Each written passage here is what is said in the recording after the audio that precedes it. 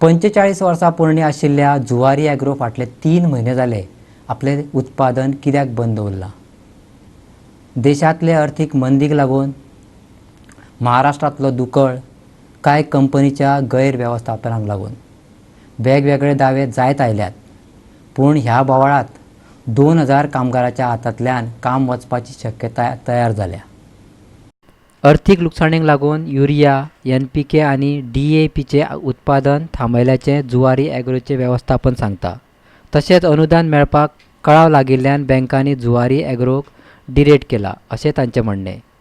तांकां आपोवन ह्या विशयाचेर तांचे कडेन उलोवपाचें आश्वासन मुख्यमंत्री दोतोर प्रमोद सावंतान दिलां. पळयात.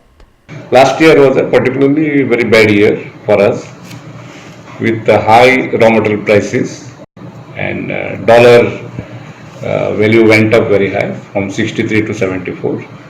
And to compound the problem, this year the subsidy, what we normally receive in April, was received much later.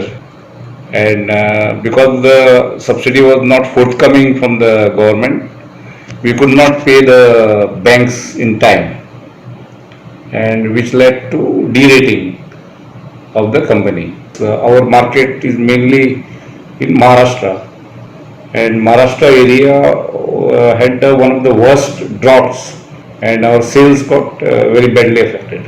Yeah, we are already working with the banks, and some subsidy has come now, and we are paying the banks, and we are working with many banks, and very shortly we are going to restart. जुवारीचे कितें तरी म्हाका दिसता तेजे central गव्हर्मेंटा कडे जे grants येवपाचे आसले ते उरल्या ती हांव फायनान्स मिनिस्टरा कडेन फॉलोअप करता. हांवेनूय नोट बरयला, बट बाकीचो तेंचो विशय एक्झॅक्टली कित्याक तेणी बंद दवरलें म्हाका खबर ना. हांव ताका एकदां आफोन हाडटा आनी पळयता तेच्या कडेन. पूण कामगार संघटनाचे वेगळेच म्हणणें. ते म्हणटात, जुवारी ॲग्रोचे वेवस्थापनान फायदो जाल्ल्याचे दाखोवचे बदला कंपनी लुकसाणीत गेल्याचें दाखयलां. तेच बरोबर मोदी सरकाराच्या शेतकार विरोधी येवजणाकूय ताणें दोश दिला.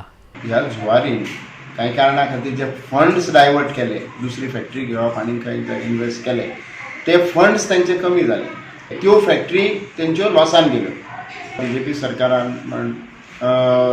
सबसिडी दिताले ते डायरेक्ट फार्मरांक डायवर्ट केल्ले आसा. जुवारीची परिस्थिती अशी पावल्या की तांकां एक एकदां आपले फॉस्फरीक एसीड जे घेता ते घेवपाक पयशे नासता.